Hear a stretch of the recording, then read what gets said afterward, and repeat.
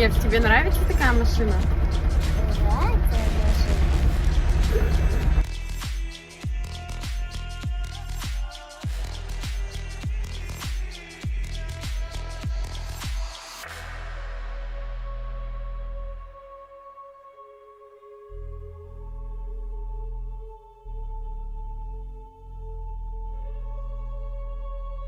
Приключения начинаются.